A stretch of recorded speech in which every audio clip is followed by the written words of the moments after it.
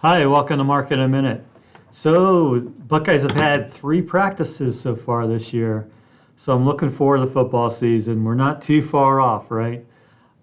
Hey, I went to the mall over the weekend and wanted to walk the mall to see what was going on and go into Abercrombie and Fitch and Urban Outfitters and American Eagle. And I wanted to see what was going on American Eagle in particular with Sydney Sweeney, with all the publicity they're getting off of those ads. They were selling a lot of jeans. The markets are hitting a long-term sell signal. I'll show you that chart here in a second. But first, I want to go over the employment report that we got on Friday. Actually, it really was disturbing. So here's the employment report.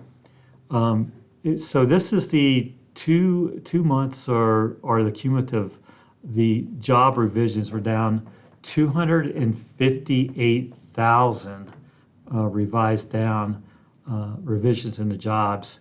The birth death rate was added 257,000 to the payrolls.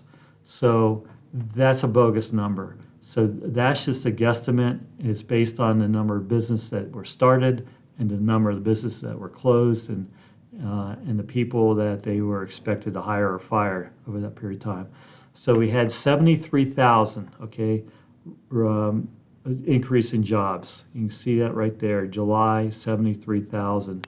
We think this ultimately will turn negative, and maybe in a big way. We think the birth death model was way off, and you can see the revisions here. Like last month, June, started with 147,000. On the first revision was down to 14,000. And so we think this is going to turn negative. And so you wonder, why is this so bad? It's because of how they go about their business. It's outdated, needs to be revised. There's probably a lot better ways of gathering this information. So anecdotally, here in Denver, we've had an ad running for an administrative assistant for like 6 months. We got flooded with resumes again this past month. So I thought that was kind of interesting. And we were expecting a weak job report, nothing like the weakness that we saw though. So the job report spooked the markets and spooked us too. And so the markets, declined quite a bit on Friday. And we think it raises the odds that the Federal Reserve will cut rates maybe in a significant way over the next several meetings. So if they don't, I would be concerned about the stock market in a more aggressive way than what we currently are. So the technicals. So on Friday we broke the 20-day moving average with that big decline, and on Monday we were right back above the 20-day moving average. So the 20-day moving average doesn't tell you a whole lot, but it declined because of the jobs report. And it also was impacted by Trump announcing that they're going to maneuver the nuclear subs to be in better position in case they have to, based on what Russia was spouting out about. So breaking the 20-day is not a big deal. However, we think right now maybe it's a bigger deal than usual, because we've had this big decline, right, over 20%. We had this monster rally well over 20%, and the rally was just as fast as the decline. That's very unusual. So the 100-day moving average hasn't even gotten above the 200-day moving average yet. So you can see that this rally may not be on all that strong a footing. Now I want to show you a 20-year chart. This is from Worth Charting, and they do good work. I really like their work that they do. This is a 20-year chart. Here is the peaks, right? This line here. And you can see what happens when it hit these peaks. So in 07, hit the peak, and we had roughly a 58% decline over that period of time to the bottom. Again, we had it in 2000, 2001. It bottomed out down about 27.5%. Again, the tariff peak and down 21%. So we're back to that trend line And as Carter Worth points out, to the penny that we hit that trend line. So I know this stuff's kind of voodoo, right? But we find it helpful, and it kind of fits our scenario of, okay, the valuations are high.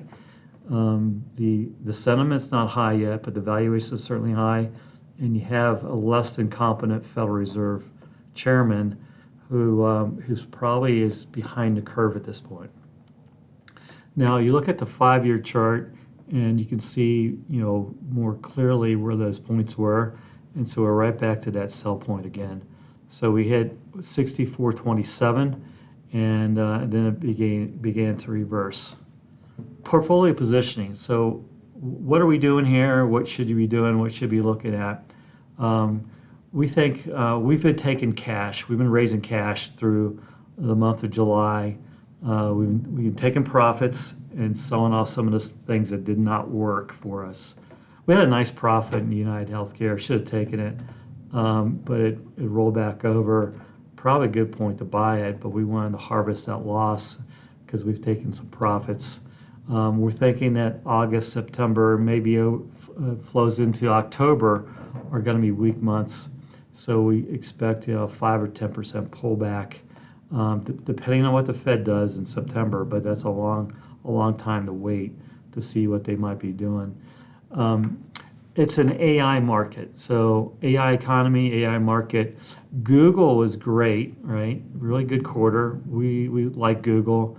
They do have some issues in front of them dealing with the Department of Justice, but we like Google. They're positioned in all the right areas.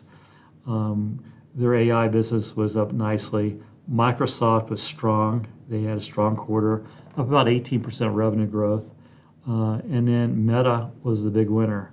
Meta was really strong, good cost controls. They're all spending a lot of money.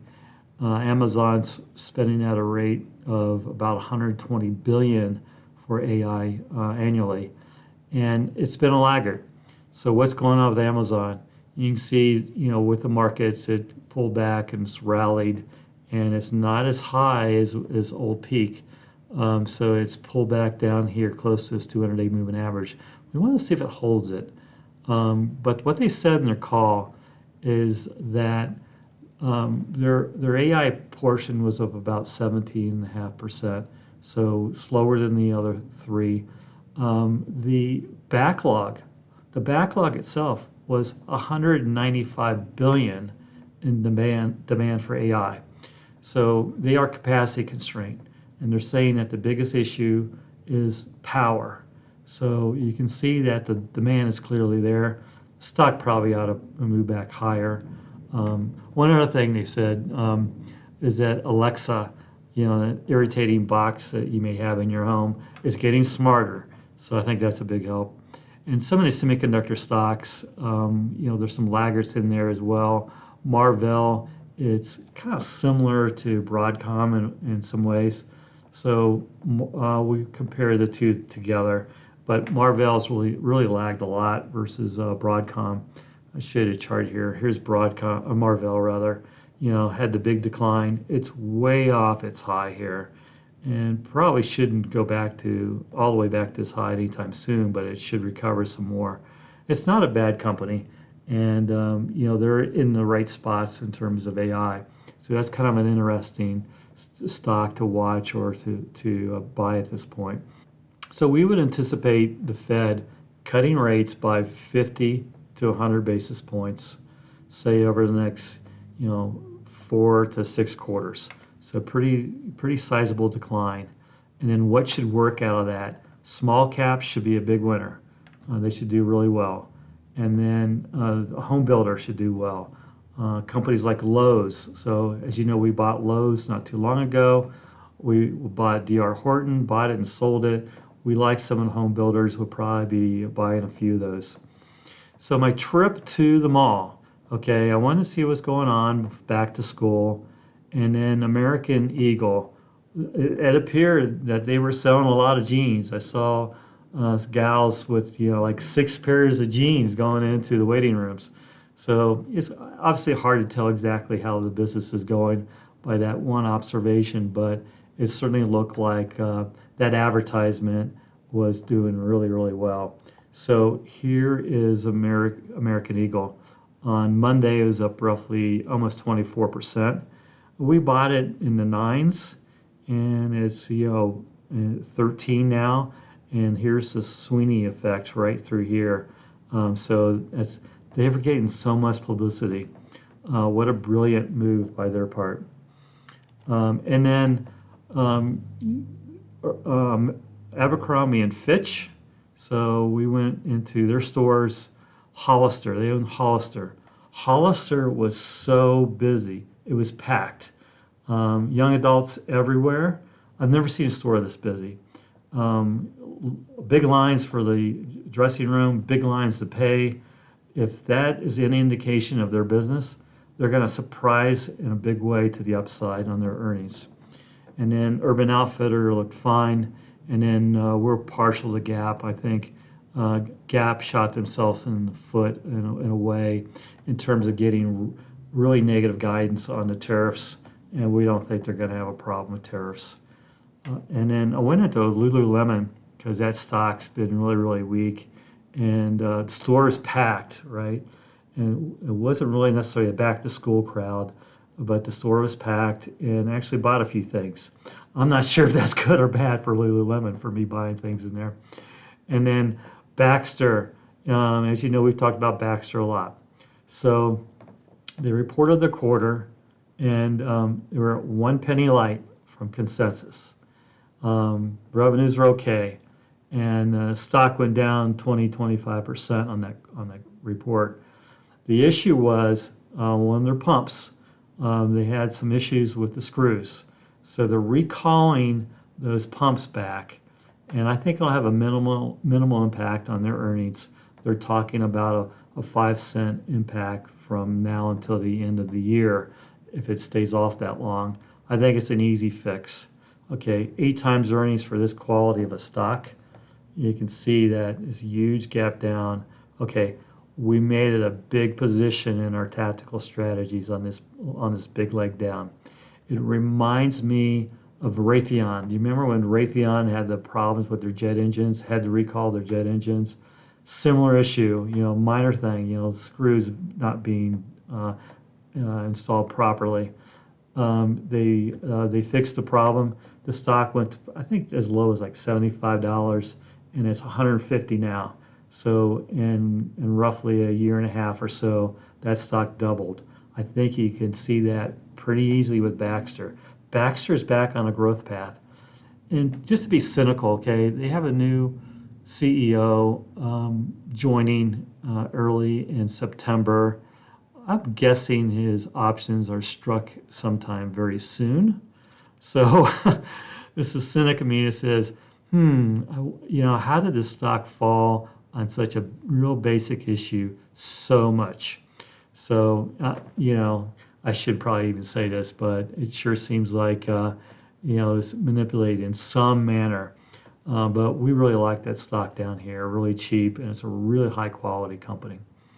So if you ever have any questions, come to my website, Patrick Adams CFA, ping me off the video. Here to help in any way we can. Just remember, I work for PVG Asset Management, and we manage tactical strategies. And we've got a great emerging healthcare strategy as well.